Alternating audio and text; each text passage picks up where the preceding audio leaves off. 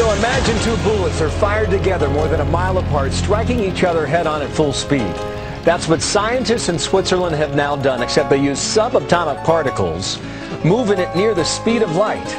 And they say the success of this experiment using the Hadron Collider will now shed new light on the Big Bang and answer some of the most exciting questions about the universe. So you got this giant donut, right? It's being used to smash particles together to simulate the Big Bang from so many years ago. This is huge. Really? This is greater than the Copernican revolution, when we realize that there are stars and galaxies out We've there. been bringing you on for 3 years. You've never talked like this before. You're putting this up there with Sir Isaac Newton in gravity.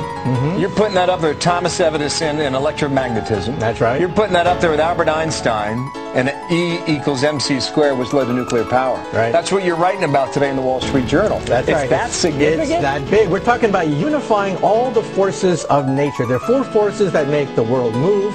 Each time a force was unraveled, it unleashed the Industrial Revolution, the Electric Revolution, and now the Nuclear Revolution. And now we have a super force that we're going to try to unravel, which created the universe. Ronald Reagan approved this to be built outside of Dallas, Texas. Right. They spent $1 billion, dug a giant hole. In 1993, they spent another $1 billion and filled in the hole. And now all these physics professors who are conducting these experiments in Europe, it could have been happening here at home.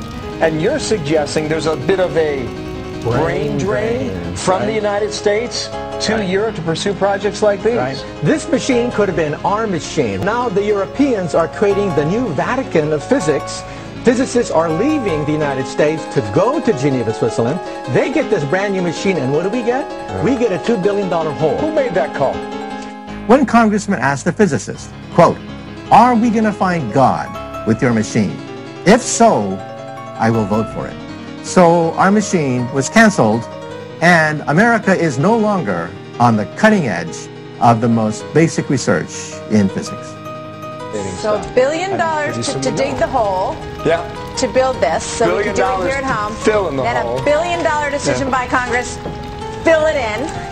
And now brain drain to That's Europe. what we get. Of all places. They get the machine, we get a hole. Wow. That's interesting. That's interesting to cook over. Well, everything was all set. Funding was initiated. Quote, "Are we going to find God with your machine? If so, I will vote for it." So our machine was canceled. Congress gave us $1 billion to dig this gigantic hole in the ground outside Dallas. They canceled the machine, and they gave us a second $1 billion to fill up the hole. I can't think of anything more stupid than giving us $2 billion to dig a hole and to fill it up again. That's interesting. That's interesting to cook over.